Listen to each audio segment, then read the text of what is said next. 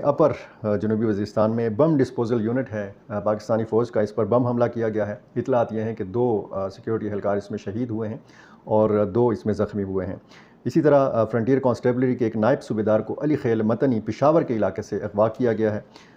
یہ صورتحال جو ہے خاصی تشویشناک ہے، اور اسی طرح کچھ اور بھی واقعات ایسے ہوئے ہیں۔ ایک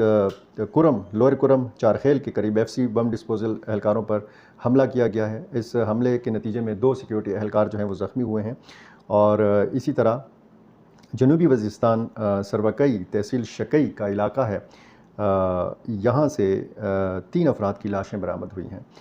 جنوبی وزیرستان میں یہ واقعہ ہوا ہے، اور ان افراد کی شناخت جو ہے یہ بتایا گیا ہے کہ یہ حافظ الرحمان ہیں،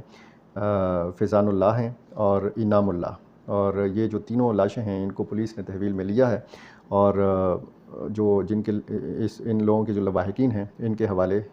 کیا گیا ہے۔ ایک ضلع خیبر تحصیل باڑہ قوم کمبرخیل فرنٹیر کور کے 162 ونگ کے گورنمنٹ ہائی اسکول جان خان کلے پوسٹ پر نامعلوم لوگوں نے حملہ کیا ہے، اور ایک دستی بم پینگ کا ہے۔ جانی نقصان کی اطلاع اس میں موصول نہیں ہوئی۔ ڈیر اسماعیل خان سے سیل مور نامی ایک کمپنی کے 3 ملازمین کو اغوا کیا گیا ہے۔ یہ ایک الگ واردات ہے۔ یہ ڈیر اسماعیل خان اور ٹانک کا جو علاقہ ہے یہ اس حوالے سے خاصا حساس ہے، اور اسی وجہ سے میں نے پچھلی ویڈیو میں آپ کو بتایا تھا کہ ڈپٹی کمشنر لکی مروت اور DPO ٹانک کی طرف سے جو احکامات جاری کیے گئے ہیں، باقاعدہ سرکاری حکم نامے جاری کیے گئے ہیں کہ سرکاری جو ملازمین ہیں وہ اپنی موومنٹ جو ہے، اپنی حرکت، اپنی نقل و حرکت جو ہے وہ محدود کر دیں۔ تو یہ صورتحال ہے، اور یہ جو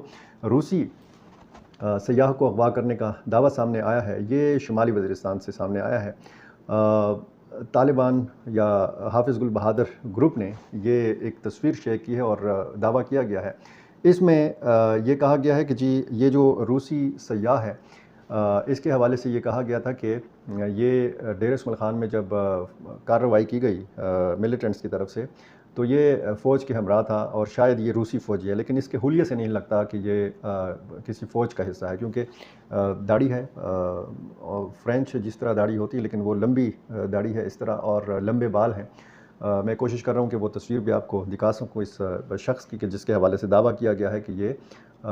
روسی ہے اور روسی فوجی ہے، سیاح ہے، وزٹر ہے، اور بالکل حلیے سے بھی لگتا ہے کہ جس طریقے سے لوگ سائیکل پر یا موٹر سائیکل کے اوپر، ہیوی موٹر سائیکل کے اوپر دنیا بھر کا چکر لگاتے ہیں، یہ اسی قسم کا کوئی وزٹر لگتا ہے۔ شمالی وزیرستان کے جو انتظامی حکام ہیں انہوں نے انٹرنیشنل میڈیا کو بتایا ہے کہ ایک شخص جو ہے یہ اغوا ہوا ہے، یہ غیر ملکی ہے، لیکن اس کا تعلق جو ہے یہ کس ملک سے ہے اور اس کو کہاں رکھا گیا ہے، اس حوالے سے انتظامی جو حکام ہیں یہ کچھ بتانے سے قاصر ہیں۔ حکام کا یہ کہنا ہے کہ شمالی وزیرستان میں حافظ گل بہادر گروپ نے ایک روسی سیاح کو اغوا کیا ہے، اور اس حوالے سے یہ وائس آف امریکہ کی رپورٹ بھی میرے سامنے ہے، اور اس میں یہ دعویٰ کیا گیا ہے کہ مغوی سیاح کی بازیابی کے لیے اسلام آباد میں روسی سفارت خانے کی جانب سے بھی رابطے کیے جا رہے ہیں۔ روسی سفارت خانے نے اس حوالے سے کچھ نہیں کہا۔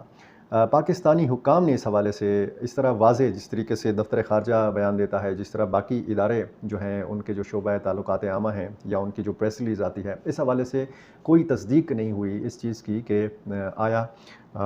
ایسا کچھ ہے یا نہیں ہے۔ روسی سفارت خانے کے ذرائع یہ کہتے ہیں کہ ہماری لسٹ میں ایسا کوئی شخص نہیں ہے کہ جو پاکستان میں آیا ہو اور پاکستان میں وہ لاپتہ ہوا ہو یا اغوا ہوا ہو۔ روسی سفارت خانہ جو پاکستان میں ہے اس کے ذرائع یہ بھی بتاتے ہیں کہ یہ ہو سکتا ہے کہ افغانستان میں اس طرح کی صورتحال ہوئی ہو، لیکن افغانستان میں بھی ہماری اطلاعات کے مطابق ان کا کہنا ہے کہ ایسا کوئی شخص نہیں ہے جس کا روس سے تعلق ہو، اور اس حوالے سے کوئی موقف جو ہے اس معاملے کے حوالے سے نہ روسی سفارت خانے یا وزارت خارجہ کی طرف سے نہیں آیا۔ یہ صورتحال جو ہے خاصی ظاہر ہے کہ تشویشناک ہے، اور اس میں پھر آپ اندازہ لگا سکتے ہیں جب کسی غیر ملکی کی انوالومنٹ ہو کسی بھی واقعے میں تو اس کو کتنا پھر جو ہے وہ اس کو بڑھا چڑھا کر پیش کیا جاتا ہے، اور کتنا پھر اس کو انٹرنیشنل میڈیا جو ہے اس کو کوریج دیتا ہے۔ اغوا کی جو کارروائیاں ہیں شمالی وزیرستان میں اس سے پہلے بھی ہوئی ہیں۔ شمالی وزیرستان 2014 کے فوجی آپریشن ضرب عصب سے قبل آپ کو پتہ ہے عسکریت پسند تنظیموں کا مرکز رہا ہے 2005 سے 2014 تک پشاور اور اسلام آباد سے غیر ملکی سفارتکاروں سمیت بہت سے افراد کو ملیٹنٹس نے اغوا کر لیا تھا، اور اسی طرح سوات میں آپ کو پتہ ہے 3 چینی انجینئرز کو اغوا کیا گیا تھا۔ اس طرح پشاور میں تعینات افغانستان کے سابق قونصل جنرل عبدالخالق فراحی کو اغوا کیا گیا تھا۔ پشاور میں تعینات ایک ایرانی سفارتکار افغانستان میں پاکستان کے سابق سفیر عزیز الدین، اسلامیہ کالج پشاور یونیورسٹی کے vice chancellor doctor Ajmal Khan جن کا انتقال ہو چکا ہے، سابق وزیر اعظم اور سینٹ کے موجودہ چیئرمین سید یوسف رضا گیلانی کے صاحبزادے علی حیدر گیلانی، اور پنجاب کے مرحوم جو مقتول گورنر ہیں سلمان تاثیر کے بیٹے شہباز تاثیر جو ہے، یہ بھی ملیٹنٹس کے ہاتھوں ماضی میں اغوا ہو چکے ہیں۔ اسی طرح جب ملیٹنسی پیک کے اوپر تھی انہی علاقوں میں شمالی وزیرستان، جنوبی وزیرستان اور پھر شمالی وزیرستان میں ISI کے ایک مقبول ترین جو کردار تھے کرنل ریٹائرڈ سید امیر حسین گیلانی عرف کرنل امام اور کرنل ریٹائرڈ خالد خواجہ کو اغوا کیا گیا تھا، اور ان کے ساتھ برطانیہ میں مقیم پاکستانی صحافی کو بھی یرغمال بنایا گیا تھا۔ کرنل امام کو آپ کو پتہ ہے کہ پھر قتل کر دیا گیا تھا۔ بعد میں طالبان جو عسکریت پسند ہیں انہوں نے ISI کے ان دونوں سابق افسران کو یعنی کرنل ریٹائرڈ خالد خواجہ کو اور کرنل امام کو قتل کر دیا تھا، جبکہ برطانیہ میں مقیم پاکستانی صحافی کو رہا کر دیا گیا تھا۔ یہ واقعات بتاتے ہیں کہ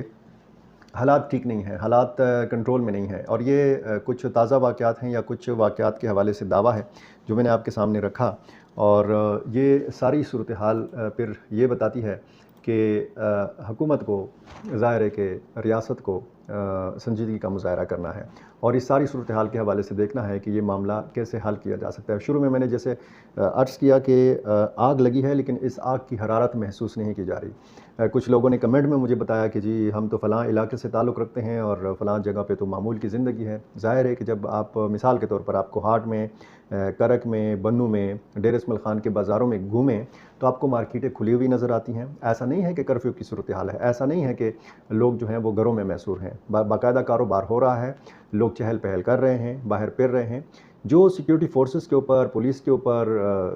فوج اور FC کے اہلکاروں کے اوپر حملے ہو رہے ہیں، اور جس طریقے سے ان کا مورال جو ہے وہ ڈاؤن کرنے کی کوشش کی جا رہی ہے، اور رہی صحیح کسر ان 2 حکم ناموں نے پوری کر دی ہے کہ جو ڈپٹی کمشنر ڈیر اسماعیل خان نے اور ڈسٹرکٹ پولیس آفیسر ٹانک نے جاری کی ہے۔ یعنی سرکاری ملازمین کو واضح طور پر یہ ہدایات ہیں کہ جی آپ باہر نہ نکلیں۔ اس کا مطلب یہ ہے کہ حکومتی ریٹ جو ہے یہ خاصی کمزور ہو چکی ہے۔ مولانا فضل الرحمان نے کھل کر کہا ہے کہ ڈیر اسماعیل خان میں اور بنو میں اور ان علاقوں میں حکومتی ریٹ جو ہے وہ بالکل ختم ہو چکی ہے۔ یہاں پر اگر حکومتی ریٹ ہوتی تو اس قسم کے واقعات نہ ہوتے، ان کا یہ کہنا تھا۔ اس حوالے سے جو بیرسٹر سیف ہیں، یہ خیبر پختونخوا حکومت کے ترجمان ہیں، انہوں نے یہ کہا ہے کہ امن و امان خیبر پختونخوا حکومت کی اولین ترجیح ہے، اور اس ضمن میں پولیس کی استعداد کار بڑھانے کے لیے 7 ارب روپے جو ہے یہ منظور کیے گئے ہیں۔ ایک منصوبہ بنایا گیا ہے سیکیورٹی کے لیے اور پولیس کو مضبوط بنانے کے لیے، اس کا دفاع مضبوط بنانے کے لیے، اور کچھ علاقوں میں پولیس کے لیے بختر بند گاڑیاں بھی خریدی گئی ہیں۔ انہوں نے کہا کہ امن و امان کے حوالے سے خیبر پختونخوا حکومت اپنے وسائل کے مطابق ذمہ داریاں نبھا رہی ہے، تاہم اس ضمن میں وفاقی حکومت پر بھی بھاری ذمہ داری عائد ہوتی ہے۔ جنوبی اضلاع اور ضم اضلاع بارڈر ایریاز ہیں، یعنی بالکل افغانستان کی سرحد سے یہ متصل ہیں، اور بارڈر کا انتظام اور انصرام جو ہے یہ وفاقی اداروں کے پاس ہوتا ہے۔ یہ کہنا ہے بیرسٹر محمد علی سیف کا۔ انہوں نے الزام لگایا کہ وفاقی ادارے بارڈر پر اپنی ذمہ داریاں بطریق احسن ادا نہیں کر رہے۔ دوسری بات یہ ہے کہ وفاقی حکومت کی خارجہ پالیسیوں میں بھی بے پناہ نقائص ہیں۔ افغانستان کے ساتھ خارجہ امور کے حوالے سے وفاقی حکومت وہ کردار نہیں نبھا رہی جو اسے نبھانا چاہیے۔ یہ جناب بیرسٹر سیف کی باتیں ہیں، اور ان کی بات کسی نہ کسی حد تک بلکہ بہت حد تک ٹھیک بھی ہے کہ اگر سرحدی معاملات ہیں، اگر افغانستان اور پاکستان کے سرحد کے معاملات ہیں تو یہ معاملات ظاہر ہے کہ وفاقی حکومت نے دیکھنا ہے، ریاستی اداروں نے دیکھنا ہے، اور جو شہروں میں جو امن و امان کی صورتحال ہے وہ صوبائی حکومت کی ذمہ داری۔ بہرحال علی امین خان گنڈا پور اس حوالے سے کتنا سنجیدہ ہیں، وزیر اعلیٰ خیبر پختونخوا ہیں، ان کا اپنا تعلق ڈیر اسماعیل خان سے ہے، گورنر خیبر پختونخوا کا اپنا تعلق ڈیر اسماعیل خان سے ہے، وہ کتنا سنجیدہ ہیں۔ ایک دوسرے پر الزامات لگائے جاتے ہیں، سیاسی پوائنٹ سکورنگ کی جاتی ہے، لیکن نیرو جو ہے وہ بانسری بجانے میں مصروف ہے، اور بانسری کی آواز جو ہے مسلسل سنائی دے رہی ہے۔ بم دھماکہ ہو، فائرنگ کا تبادلہ ہو، اغوا کی واردات ہو، یہ بانسری کی آواز جو ہے یہ متاثر نہیں ہو رہی۔ اسی قسم کے موضوعات میں اگر آپ کی دلچسپی ہے تو میری آپ سے گزارش ہے کہ مجھے اسی طرح اپنی رائے سے بھی نوازتے رہیے۔